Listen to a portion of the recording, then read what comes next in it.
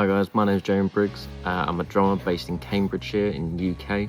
I've been playing for about 13 years and right now I'm playing for my own original band, Gallows Circus.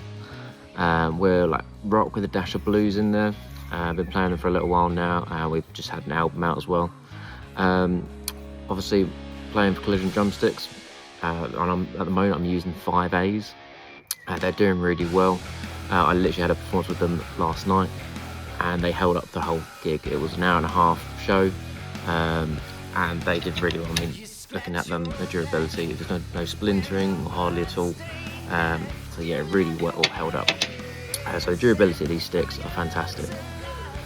They also fit my hand really well, a perfect fit for me. So the knowledge that I know that I could be comfortable for the whole gig was definitely one of the top priorities. And also the other one is the consistency with every drumstick I've had from them.